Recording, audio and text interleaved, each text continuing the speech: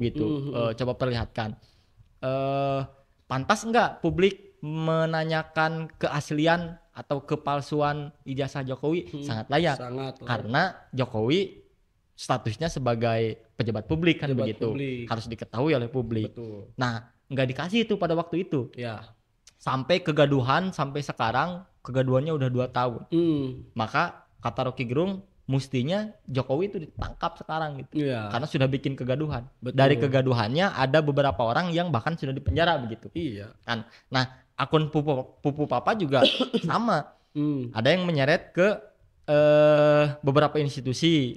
Institusi ini akun-akun yang lain mampu terungkap, kok Pupu Papa enggak terungkap. Mandek begitu. Bagaimana kejelasannya begitu. Sedangkan kegaduhan sudah muncul di publik. Harusnya turunkan si pejabat yang diam di institusi untuk mengurusi itu karena nggak bisa gitu. Terus pandangan yang lain menyoroti ke kenapa ini nggak terungkap karena memang betul begitu. Karena memang ia punya Gibran. Iya itu kan dia. Kita jadi nyimpulinnya begitu. Betul. Apalagi apalagi para akademisi yang mengatakan itu bahwa kemudian alasannya pun bukan alasan yang tanpa argumentasi. Apalagi ini argumentasi ilmiah. Akademisi begitu kan. Selain akademisi pakar IT juga pakar IT begitu kan. Roy Suryo kan bicara tentang akun Pupu Papa ini 99% milik Gibran gitu kan. Terus bicara tentang ijazah Jokowi, Roy Suryo juga bicara tentang ijazah itu palsu begitu kan. Dapat dibuktikan begitu kan. Satu hal yang kemudian pembuktiannya yang ditunjukkan ke publik selain tentang font di ijazahnya, tentang skripsinya. Skripsinya pun telah dibeberkan begitu kan, bagaimana karena ada fotonya begitu kan, skripsinya tentang tanda tangan begitu kan, tentang tanda tangan si penguji begitu kan. Nah, ini tanda tangannya yang berbeda ya. Ini kan secara logika sederhana juga berarti dikedek kan gitu ya kan. Berarti kita tahu lah karena kita juga mahasiswa kan. Ya, praktek-praktek titip absen kan biasa kan begitu kan, tanda tangan aja kan. Nah, pembuktian tentang pelanggaran konstitusi yang kemudian ini diboldnya pada persoalan pelanggaran etik gitu kan. Ya ini seharusnya kalau bicara tentang lagi-lagi politisi ini bersembunyi dalam narasi mana buktinya sedangkan proses daripada pembuktiannya pun ini tidak dilakukan atau bahkan dijegal begitu kan. Nah, ini jadi satu bentuk kontradiktif begitu kan ketika publik, para akademisi katakan publik itu bicara tentang satu bentuk kecacatan dalam akun Pupu Papa, dalam misalkan tadi ijazah Jokowi, tapi proses pembuktiannya mereka tidak lakukan begitu kan. Nah, ini yang bakal sampai kapanpun juga bicara tentang pembuktiannya nggak akan dapat gitu kan kalau mekanisme pembuktiannya nggak bergulir gitu. Oke. Tuh terkait wacana itu karena sudah rame nasional, ada tanggapan nih dari Jokowi. Ada tanggapan dari Jokowi. Jokowi menanggapinya gini. Loh kan itu sepasang katanya, sepasang wakil presiden itu sama presiden begitu, sehingga nggak bisa kalau yang dimakjulkan itu wakil presidennya aja. Publik jadi menerka-nerka tuh. Bisa. Ini bahasa Jokowi seperti yang disampaikan itu apakah karena Jokowi menghalangi Gibran untuk dimakjulkan atau mengajak publik agar supaya satu pasang juga sama sebagai pasangan presiden dan wakil presiden. Itu seru tuh. Ya, walaupun kalau secara secara hukumnya kan ya bisa saja, maksudnya bisa saja baik mau keduanya ataupun salah satunya. Yaitu jadi satu kesalahan berpikir orang rasa Jokowi ini ketika argumentasinya seperti itu. Karena tadi betul kata Ketum, ada satu pesan yang tersirat di mana kemudian ketika dia bicara seperti itu, maka poinnya berarti menjegal Gibran begitu kan. Atau jadi poinnya menjegal mengajak Prabowo juga kepada publik untuk dimakjulkan. Ya bisa-bisa saja, tapi orang rasa bicara tentang itu ini jadi satu bentuk kekhawatiran. Jadi kekhawatiran Jokowi ketika Mas Gibrannya, gitu kan, yang hanya dimakjulkan, begitu kan, secara apa kekhawatirannya? Ya karena Prabowo ini punya gerbongnya, begitu, punya koalisinya, begitu kan. Jadi ketika sangat memungkinkan ketika narasi pemakjulan ini memang tidak hanya terwacanakan tapi political will-nya dilakukan, begitu kan. Nah ini satu, ya orang rasa ini satu bentuk kekhawatiran daripada Jokowi, karena dari dia kemudian pemilu sampai saat ini dia dibanjiri oleh kritik, dibanjiri oleh serangan-serangan publik terhadapnya, baik tentang individu dia dengan segala bentuk apa yang pernah dia lakukan. Tambah lagi tentang kemarin di isu Raja Ampat, ada kapal bernama JKW, gitu kan, Iriana. Nah itu kan jadi kemudian muncul kembali, begitu kan, publik itu melihat bahwa memang ini ulahnya Jokowi. Nah apalagi bicara tentang yang tadi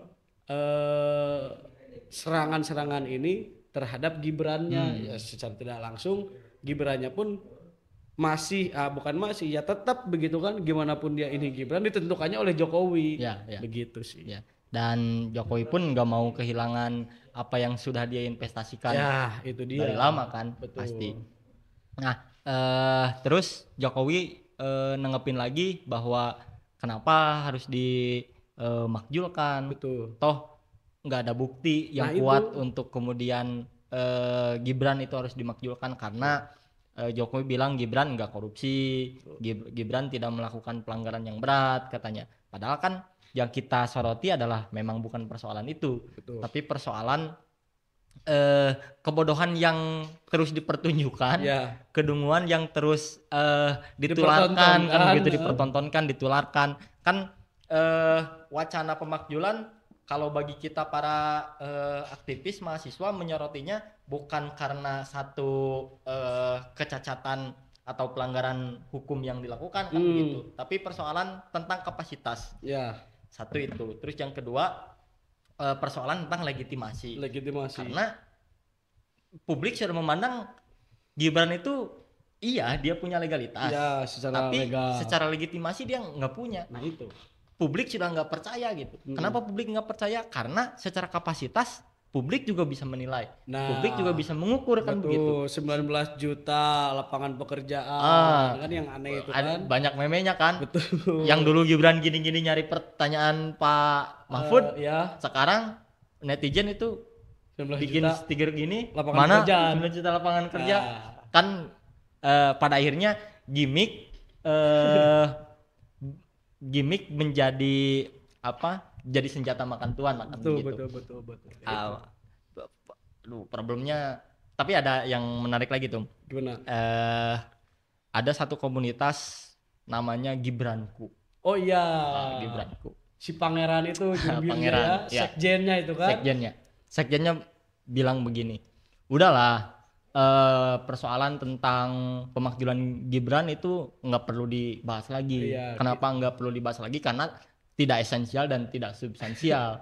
Terlebih lagi menjadi satu kegaduhan yang membuat kinerja daripada kabinet itu tidak maksimal, katanya. Teralih fokuskan sehingga program-program pemerintah jadi terabaikan. Sekalipun program pemerintah dengan adanya polemik ini tetap berjalan aja kan, tetap berjalan. Dia mengibaratkannya ke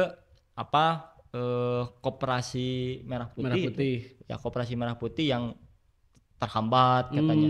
Sedangkan untuk program Koperasi Merah Putih, program makan bergizi gratis dan program-program lain pemerintahan pusat berjalan aja kok. Nggak nyambung sama wacana tentang pemakjulan Gibran. Orang kan rasa pada akhirnya orang-orang yang berada di belakang Gibran yang mencoba untuk membackup, yang mencoba untuk merasionalisasikan, yang mencoba untuk mengungkap dengan argumentasi, karena memang Gibran yang nggak bisa, sehingga butuh orang lain. Akhirnya orang yang membackup juga kewalahan. Alasan apa kira-kira yang harus saya ungkapkan ke publik gitu, yang harus saya ungkapkan ke pengamat? Kan pada akhirnya kita jadi melihat bahwa yang bodoh itu bukan Mas Gibrannya doang gitu. Berikut juga circle yang ada di posisi Mas Gibran gitu kan.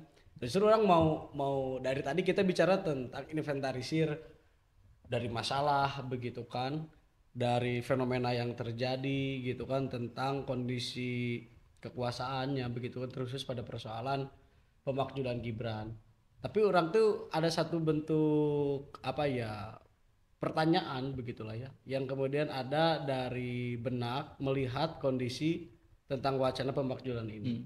Kita bicara memungkinkan pada persoalan pemakzulan Gibran ini leading sektornya itu oleh Prabowo begitu kan, yang ketika kemudian kalau Prabowo ini bisa menyepakati tentang pemakzulan ini, maka semua komponen yang ada di Presiden Pak Prabowo ini bakal ikut serta dalam wacana pemakzulan ini. Secara political will akan bergerak beriringan dengan political insentifnya. Namun kiranya gimana pandangan Ketum tentang ini, apakah bakal diam saja atau langkah yang sudah terlihat di publik selain daripada counter narasi doang oleh si pangeran kalau di media-media massa, kiranya gerakan apa yang kemudian bakal dilakukan nih oleh Gibrannya sendiri nih dengan kelompoknya ketika wacana ini terus bergulir, apalagi kemudian nanti walaupun sampai saat ini wacananya akan dibacakan pembahasan tentang surat dari Purnawirawan Jenderal TNI ini, tapi kiranya gimana Ketum tuh di luar daripada itu, karena publik dia tetap ada di benaknya gitu bahwa ya cocok-cocok aja misalkan gitu kan, pandangan sederhana kalau Gibran ini dimakzulkan karena kemarin juga secara etik, terus akun Fufafa dan sebagainya. Nah kiranya gerakan apa nih yang kemudian kiranya bakal dilakukan oleh si Gibran ini dengan komponennya tuh? Kalau dalam pandangan orang tuh wakil presiden itu dia nggak akan melakukan apapun di depan publik, enggak. Tentu dia akan menunjukkan sesuatu yang lebih formal, sesuatu yang dalam ruang lingkup kerjaan dan tupoksi dia sebagai wakil presiden. Untuk persoalan ini tentu dia tidak akan turun gitu. Kenapa? Karena yang paling dicari itu adalah citra kan, bahwa kemudian bagaimana caranya citranya tetap baik sehingga orang bakal terkelabui, orang fokus ke isunya tapi dia ingin mencoba untuk membuktikan bahwa itu hanya sekedar isu. Toh buktinya ini saya tetap bekerja. Oh, itu yang bakal ditampilkan kepada publik secara sederhananya seperti itu. Tapi yang akan dilakukannya yang tadi political will-nya di belakang, di bawah meja begitu. Tentu antara praktek bisa langsung oleh Gibran atau oleh mastermind-nya kan begitu. Dan ya orang meyakininya Gibran gak akan melakukan apapun di depan publik, tapi di belakang publik pastilah, karena itu kan mengancam posisinya bahwa itu merupakan satu tembakan yang juga harus dihalau kan begitu. Sehingga di belakang layar tentu dia tidak akan diam, tentu dia tidak bisa tidur. Dan bukan hanya dia kan begitu, karena dia juga merupakan bentuk investasi daripada sosok ayahnya kan. Nah maka ayahnya juga akan ikut bermain lebih dalam begitu. Kak, orang rasa tuh kalau kemudian hal tersebut ditunjukkan di publik, dia akan memperbaiki citranya dengan kerja begitu kan.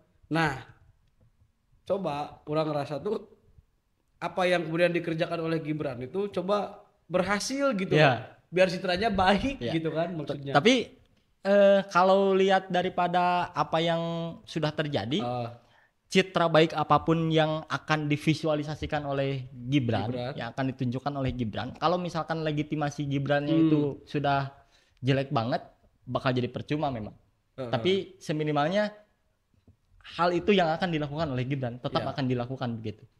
Ya sampai hari ini yang kemudian ini dikategorikan bahwa nah ini nih bentuk pencapaiannya wakil presiden kita begitu kan ya, walaupun itu misalkan pada akhirnya bagi-bagi job misalkan begitu kan ya, tapi seenggaknya ketika ada satu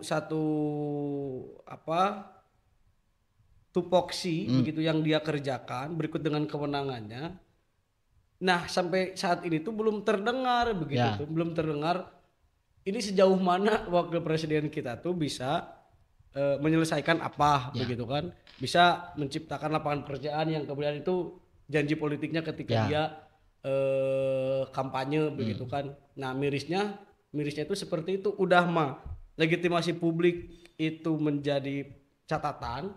Nah, untuk membangun citra dia malah blunder gitu, melakukan sesuatu yang seharusnya dia nggak lakukan. Nah, maka makin aja nanti tervalidasi legitimasi publik itu bahwa ya memang wapres kita itu nggak bisa apa-apa misalkan kan kayak gitu. Karena apa ya, pembahasannya tentu ini akan menjadi pembahasan dan polemik yang panjang tentunya, pasti itu. Sehingga kira-kira pesan Bung Pitra nih untuk para aktivis mahasiswa melihat fenomena ini, mengamati polemik ini, dan pengharapan dari Bung Pitranya tentang wacana ini, apakah harus dilanjutkan sampai betul-betul finish atau seperti apa, dan pesan-pesan untuk aktivis mahasiswa apa yang harus dilakukan kalau misalkan wacana ini harus didorong begitu. Ya paling sederhana ya, kita harus kemudian membuka mata, membuka penglihatan kita pada apa yang terjadi di sekitar kita. Kalau bicara tentang pemakzulan ini dianggap secara pandangan publik ini terlalu jauh begitu kan, tidak tercapai. Justru dari ketidaktercapaian itu kita buka mata kita untuk kemudian melihat bagaimana input gitu kan yang masuk kepada pikiran kita itu, agar kita ada di negara kita ini tuh bisa kemudian memberikan perhatiannya tentang apa yang terjadi di negara kita ini. Nah, pesan terhadap mahasiswa ataupun aktivisnya tuh tentang fenomena tentang pemakzulan ini, ya jangan terombang-ambing begitu kan. Aktivis hari ini jangan terombang-ambing dengan isu ataupun bukan isu atau dengan polemik ataupun satu bentuk pembungkaman begitu kan, dengan praktek apapun itu yang menjadikan mahasiswa ini pada akhirnya jadi tumpul begitu kan. Karena orang rasa komponen yang kemungkinannya besar bicarakan tentang ini adalah mahasiswa, karena mahasiswa itu dilatih secara intelektualnya di kampus, di organisasi untuk melihat keadaan sekitar, tidak hanya kemudian memerhatikan, tapi bisa kemudian terjun, bisa kemudian ikut ke lapangan bagaimana memerhatikan masalah ini dengan penyelesaiannya. Tapi sisi lain tuh orang itu mau memberikan pesan seperti inilah, kita sama-sama ya di mahasiswa, ketika mahasiswa di organisasinya dia bereuforia begitu, berproses. Nah kan bicara tentang Gibran ini tentang kekuasaan, begitu kan, yang kemudian ini produk daripada politik begitu kan. Maka pesan daripada saya kepada teman-teman aktivis dan mahasiswa di ruang manapun, di organisasi manapun, janganlah lahir sebagai pemimpin dari hasil yang tidak mengindahkan etik, tidak mengindahkan aturan. Jangan kemudian kita menghalalkan segala cara sampai kemudian lahir menjadi pemimpin hasil daripada konflik. Karena seperti ini, ketika keberlangsungannya kekuasaan, kita dibanjiri oleh serangan-serangan yang kemudian ini bisa juga mengganggu kondisi. Itulah sederhananya seperti itu. Itu mungkin pesannya tuh. Siap. Pemirsa Gerak Publik, itulah diskusi tentang polemik yang hari ini tengah bergulir, yaitu wacana pemakzulan Wakil Presiden Republik Indonesia Bapak Gibran Rakabuming Raka, yang kemudian bisa kita simpulkan bahwa polemik ini hadir dan muncul itu karena akumulasi dari apa yang sebelumnya sudah dilakukan oleh Wakil Presiden kita semenjak dari Pilpres yang dikatakan bahwa sudah melanggar etika konstitusi, kemudian dikatakan juga sebagai praktek politik dinasti, sampai kemudian ke akun Pupu Papa, sampai kemudian ke wakil presiden yang pelangap-pelongo dan lain sebagainya. Begitu banyak faktor dan banyak latar belakang yang mempengaruhi kenapa kemudian wacana itu mencuat, yang dipelopori oleh sekelompok purnawirawan prajurit TNI, sehingga kita jadi bisa memiliki pandangan tersendiri, memiliki sikap tersendiri terhadap polemik dan wacana pemakjulan Gibran. Nah, untuk teman-teman Gerak Publik, apakah sepakat harus didorong dan dilanjutkan wacana pemakjulan ini atau tidak? Silakan komentar di kolom komentar Gerak Publik. Betul. Thank you. Makasih. Siap. Bung Pitra. Bung Agus. Cakep. Gerak Publik. Yo.